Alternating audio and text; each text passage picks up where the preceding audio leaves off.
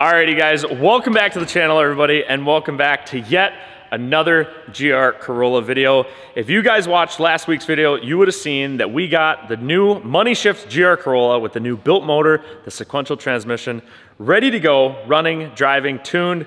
We were testing it in the parking lot, and we had a little bit of an issue with the clutch. But before we go over the issue that happened with the clutch, I wanted to stop the video and say thank you to you guys because this YouTube channel just hit over 5,000 subscribers.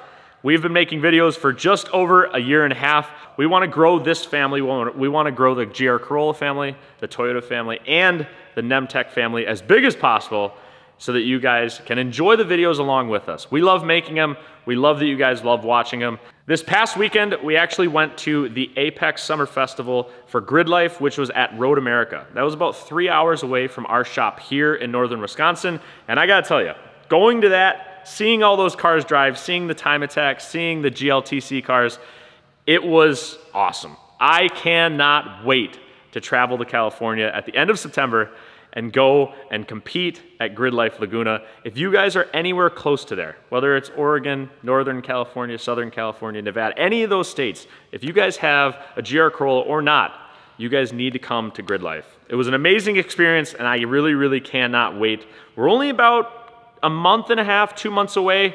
We have a lot of work to do on the car. We have a lot of stuff to get ready, a lot of safety equipment, that sort of stuff. But without further ado, it's enough talking, it's enough intro. We need to get into the video. We need to get into what happened with the clutch last week. We also have a couple different things that we were installing today. So without further ado, let's get right into the video.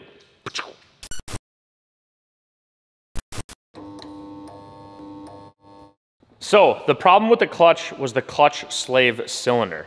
We have everything laid out on the table over here because it did end up damaging the clutch discs. Sadly, these clutch discs, we use a ATS twin disc clutch kit, and both of the discs have a little bit of damage. This one has a lot more grooves taken out of the actual pucks. The other one has a lot of grooving over at the edge of the pucks versus kind of right in the heart of them. So both discs, I wasn't really comfortable with using them. Maybe, you know, if there was a race this weekend, sure, I'd throw them in the car, we'd rush it to get it done. But we got time. You know, we're not really in a rush yet. So I called up Charles from Lamb Speed, asked him, hey, I need 2 clutch discs. Is there any way we can get them done? Right away, he actually took 2 clutch discs out of a kit that he had sitting on the shelf, put them in a box, shipped them to us, got here in like 3 or 4 days. But we did have a little bit of a failure with the clutch slave cylinder. Here we have a whole bunch of pieces, and you can see there's a couple pieces that just aren't looking right. Now, the funny thing is none of these pieces are actually supposed to come off. They're not supposed to come apart. All this is supposed to be one packaged thing where the black thing slides on first, the spring sits inside, and then this part compresses it with the gold shim, the gold sleeve thing, sliding over the center like that. And as you can see, it all comes apart. So when we took the transmission off, it literally all just fell on the floor. Luckily, it was something easy to diagnose. We took the spare slave cylinder off of the original Money Shift transmission. We got everything fixed up really quickly though. Billy got the motor back in the car. We got it all put back together. We're just bleeding out the coolant system currently, waiting for it to cool down, waiting for it to go through one heat cycle, make sure all the air bubbles are out of it. But I'm honestly really impressed. We literally got this thing fixed. Once we had the parts, the motor was on the ground, back in the car within 2 days. Today, we're focusing on a couple of interior changes. One thing that I want to touch on is the hydraulic handbrake. I have a bracket being made to mount up the hydraulic handbrake finally, so that we can finally get more consistent with the drifting with this car. But today we're gonna be focusing on the gauge cluster or the dash, you know, the tachometer, the speedometer, because the stock OEM gauge cluster was just not doing it for us. Once we took out the ABS module, it was just constant check engine lights and constant just the bing, bing, the seatbelt warning, everything. It was so annoying. So today we are finally switching it out for. So this is our Haltech screen. This is the stock cluster trim piece. I've been working on kind of shaving away a little slot here so we can slide our standalone screen into the stock trim. Unfortunately, we have to keep our stock cluster plugged in due to some electrical systems running through it. So you can remove your back panel on the dash, and then I think we're just gonna slide it back behind everything. Because there's a big like cluster. I don't know if you guys can see it with the glare, but there's a huge kind of cavern behind where like the steering column comes in. And we're gonna be able to shove that dash in here. And these are the 2 wires that need to plug into it. We're basically just gonna have the stock gauge cluster rattling around in the front of the dash, still plugged in. I did disconnect the little dinger, the little noise, the little speaker in the back. It's super easy. It's like 3 little screws and then you just unplug it. So I did disconnect that so then we don't have to worry about the seatbelt chime and stuff like that. But I think that this little thing that Billy's working up here is gonna be super awesome. And then you have a way to wire that in and stuff? Dave and I have yet to figure that out completely. Yet, but we're working on it. We had to buy like this dash harness adapter. It doesn't adapt completely to it. We still have to do all of our own pinnings and stuff. You use the Toyota wiring schematic and then kind of match it with the Haltech one and kind of cross over the inputs and outputs that you need. It's pretty time consuming. But you know, I got Billy and Dave to figure it out for us. They'll have it done in the next couple of days. We can still go drive the car. We just plug the stock dash in and go drip it. So maybe at the end of this video, we might still do it.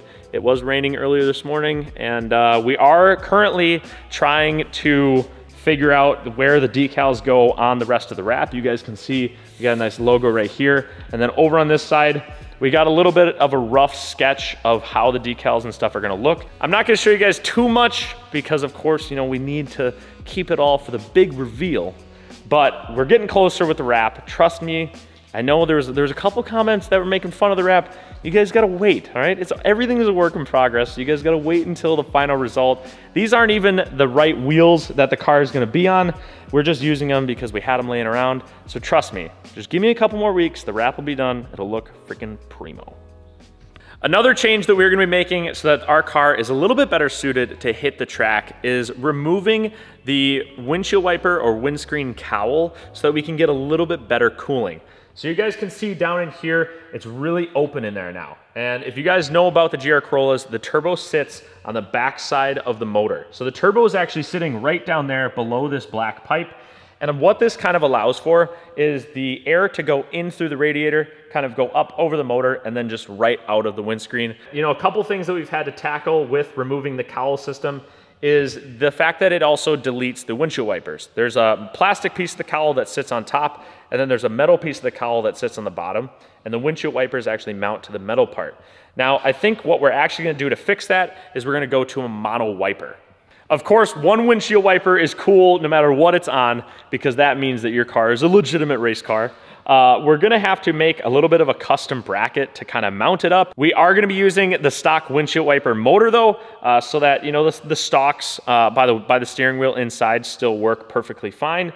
But we are going to delete the passenger side one, and we are gonna only use the driver's side one with an extended windshield wiper blade. It's gonna be super cool. Hopefully we'll be able to figure it out. I don't really know how we're gonna make it happen yet, but we're gonna have to make a little custom bracket. We're gonna have to do a couple R&D, you know, back and forth. But I think that this is really gonna help us out keeping the car cool, because all of that heat from the motor and the turbo can just rise straight out. It is about that time in the video where we are just taking the GR Corolla off of the lift. Billy is doing the last couple things, putting a little radiator cap on, and we are almost ready to go for a ride. Today, we have a special guest. I don't know where my special guest went. Hold on. Here we have it, everybody. This is Colin. Say hello. What's up? Hello. And this is Willow. This is actually our special guest. Come here, baby. Come here. Look at Willow's all wet. She's having fun playing in the water. But we're going to take Colin for a little bit of a ride. Besides Billy, Dave, me, Colin's probably the first person who's ridden in it at 500 horsepower. So I'm pretty excited to see his reaction. Ugh. We got to warm it up a little bit. The car's been sitting for a while. Communication module failure detected. That started happening too. Contact your dealer. Once we disconnected the ABS module, that and the part up here where your like radar stuff goes and the SOS button is, that whole like communication error thing started happening. Just so you guys can kind of understand what we're talking about when the dash has all the check engine lights. This is what we're dealing with. So just over and over again, more logos. We got all the check engine lights over there. We got this one. We got this check engine light over here. Whole bunch of things. The car's really angry. We're gonna let it warm up for just a second, and then we will get on the road.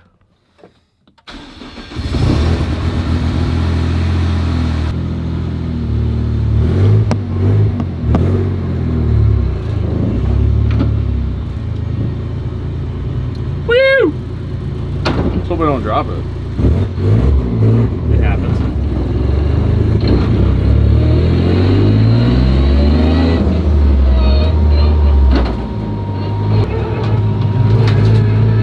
Alright, you ready?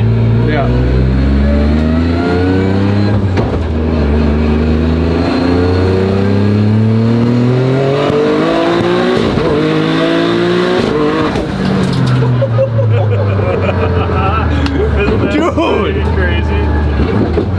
It's crazy because you feel like you're gonna have to act to react for the camera, but then it's like, it is so insane. That is way faster. Yeah.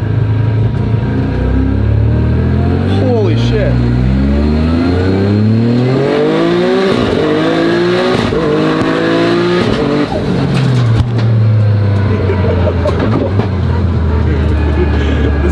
This is gonna be crazy, bro. Oh my god.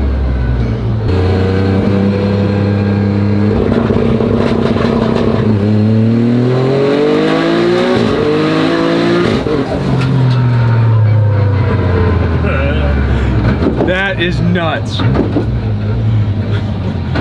right.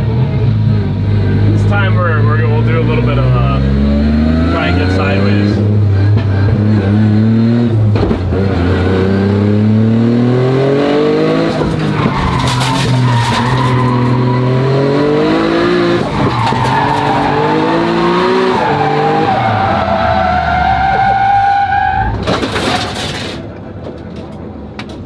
Something happened. The car broke. Did it? Yeah. Billy! Oh my god, bro, that's insane. Yeah, we broke something already. Car doesn't start.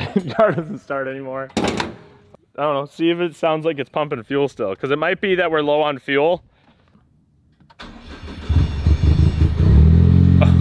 Oh, she's back. What up? She back. Let's go.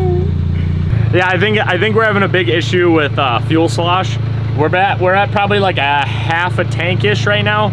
And Charles from Lamspeed and I have been back and forth about the issue with how the stock tank transfers from the left side, from the right saddle to the left side saddle.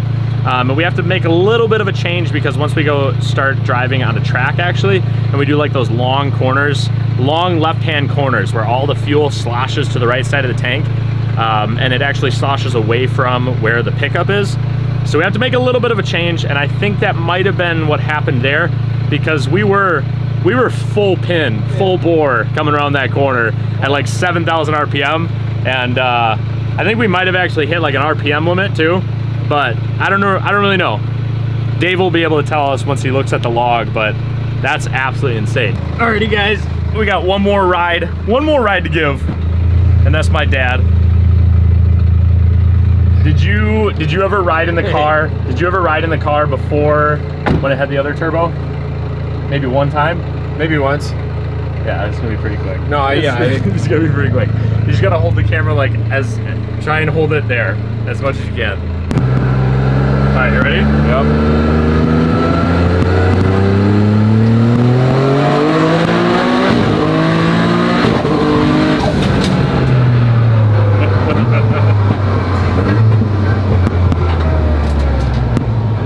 Not quite face rippling, but it's close. A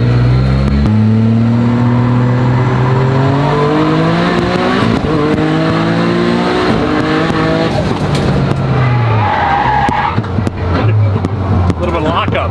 Yeah. It's a little bit hard, you know, when you take ABS out of a car, you don't really... Yeah, you never really had a car without ABS.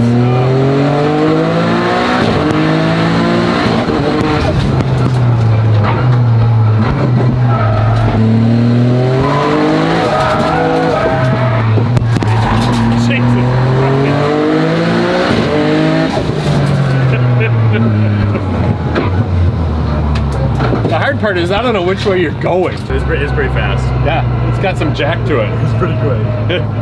It can move. Makes a lot of clunks and But the amount of torque is just amazing. yeah. You know? I love it. This thing is gonna be an absolute weapon. We have a brake kit coming for it because that's one of the biggest issues right now is the car is so unbelievably quick that the stock 4-piston front calipers are just not gonna cut it anymore. So we have a 6-piston front caliper setup coming for the car. I'm really excited for that because that'll be a huge game changer in terms of the actual like racing ability of this car. We also have a couple aero bits coming. You know, one thing I realized going to Grid Life this weekend was like, man, these cars have their aero pretty dialed in, and that's something that we definitely gonna be missing. But you know, it's all about progress, right? I've never really driven on a track before. I have, but not in anything like this. So it's gonna be a learning curve, of course. With anything new, there's gonna be a learning curve to it. I am really excited. I cannot wait. If you guys at all are near Northern California, kind of Laguna, Monterey, California area, please make sure, try your hardest to get out to Laguna because watching this thing is gonna be something, it's gonna be a sight to see. I promise you that. I appreciate you guys watching. I appreciate you guys following along. I appreciate 5,000 subscribers. It's one small step, but one that means a lot to me, and I really, really appreciate it for you guys. We're gonna end it off with a little bit of launch control for you. And yeah, I hope you guys enjoyed the video. I hope you guys enjoy your day. I hope you guys have a great week, and we will see you guys in the next video. Peace.